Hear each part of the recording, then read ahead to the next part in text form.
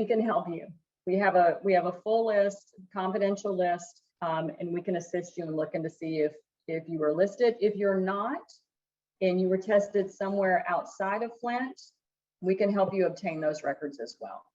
All right, so medical records. I touched on that briefly. I want to go over it again. A couple of things in different categories. If your child was born prior to 37 weeks, or your child was born weighing less than 5.5 pounds, there's a category for that. We need the medical records showing that. If you, again, as I said, if you miscarried during the water crisis, there's a category for that, but we need medical records showing that. If you had a minor child who was formula fed with Flint water, we need some record of that. Generally, I will tell you, in a pediatric record, if you took your child into a pediatrician or a clinic, there will be a note as to whether the child was breastfed or formula fed. That's what we're looking for. These are some other conditions that have been linked to lead that we know that many of you have experienced: severe hypertension, neuropathy, stroke, anemia, renal insufficiency, a lot of skin rashes and lesions, hair loss, respiratory problems, pneumonia, gastro issues, and Legionnaires. If you suffered one of these conditions and you sought treatment, and it's recorded that the doctor linked it to the water exposure, you need to get a copy of that medical record. You can request a copy of your medical record from your provider. You need to do it in writing. If your provider has an online portal, a lot of doctors are converting over to that, especially given virtual visits. Log in, look at your records. If you have questions about how to do that, you can call the doctor's office and ask them, or we can do our best to help you with that. The request should go to your doctors in writing if they don't have that online portal. They can charge you for your records, okay? They're entitled to do that. So you need to be very specific about what you need. If you recall going to your doctor for a skin rash and the doctor prescribed something and you talked about the water, there's a really good chance that that doctor recorded that in his or her records. That's what you want to look for, okay? Talk to your doctor. You have time, because the claims process starts next Wednesday on the 12th, but it goes through May the 12th. Now, that said, don't wait. Don't wait. Don't wait till the end. We don't want to see lines outside our office like we saw at registration with people till 2 in the morning. We don't want to see that. We want to make sure that your claims packages are as complete, as thorough as possible, and that we have as much time as possible to help you. But if you need a medical record, you do have time to get it. Okay, let's go a little bit further back. Next tab. Okay. So categories within, especially the children, but also within adults. For children, cognitive deficiencies. As Mike talked about earlier, lead affects the, lead affects the brain of children differently. As they're developing, lead can do horrible things to a child's brain. And that was recognized in the settlement.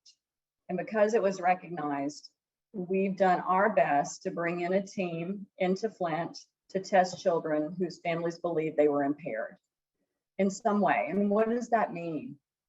Lead can affect the way you process things. It can affect the way you understand things. It can cause changes in a child's behavior. It can cause irritability. It can cause, attention issues. Lead does so many different things to so many different children in so many different ways. If you believe that your child has had an issue, that you believe it's related to the lead or it came after the exposure, call and talk to us about it. Let's screen through it. Let's see what your particular child's situation is. Because if an impairment is shown, it can greatly maximize your child's recovery. And that's what this money is for, is to make sure that your child is protected for the rest of his or her life. We brought a great team in, as Mike said. If your family members or you're listening in or watching this, you've moved out of Flint, we can assist you with finding someone nationwide. We have doctors outside Flint, even within Michigan. You're too far to drive now. We can help you. Contact us. Blood lead test, we went over already.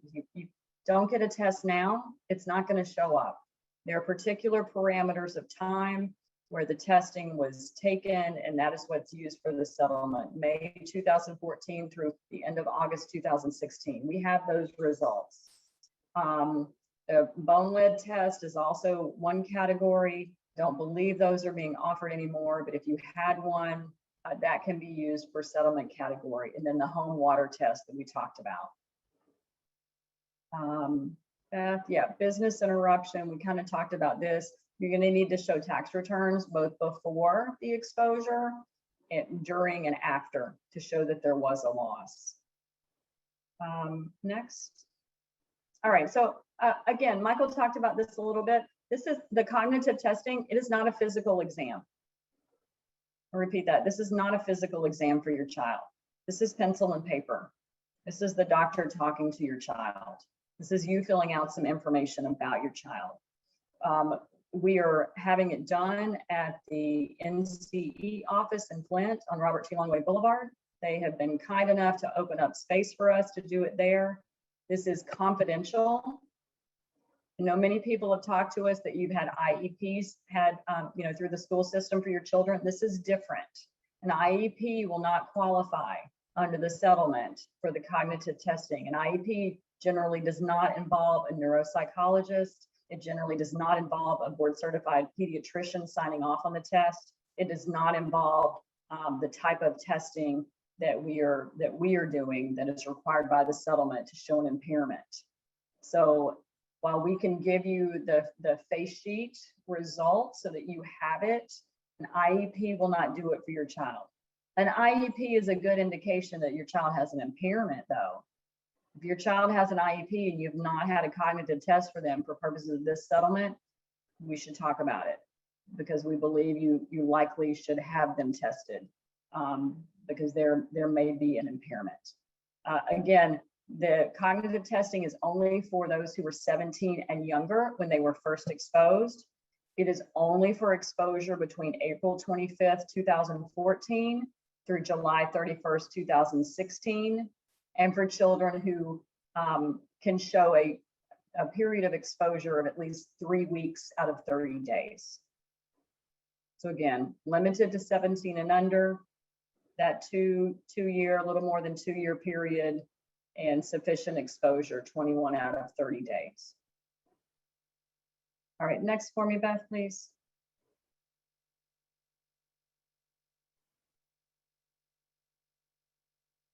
Did it freeze or did mine freeze?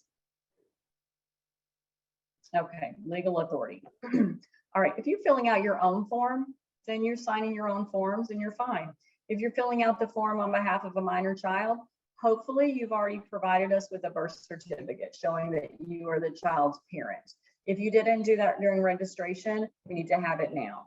If you have guardianship of a child, you have adopted a child, you are legally appointed to represent that child, we'll need some documentation just showing that you are who you say you are in relation to that child. If you are working on behalf of someone in your family who has passed, we need to have a death certificate. If you haven't already provided that in registration, we'll need that.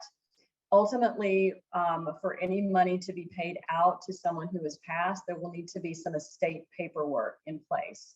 We can talk with you about that. If there's already an estate open, that's fine. We just need the letters of administration showing, again, you are who you say you are in relation to the person that you're filing the claim for.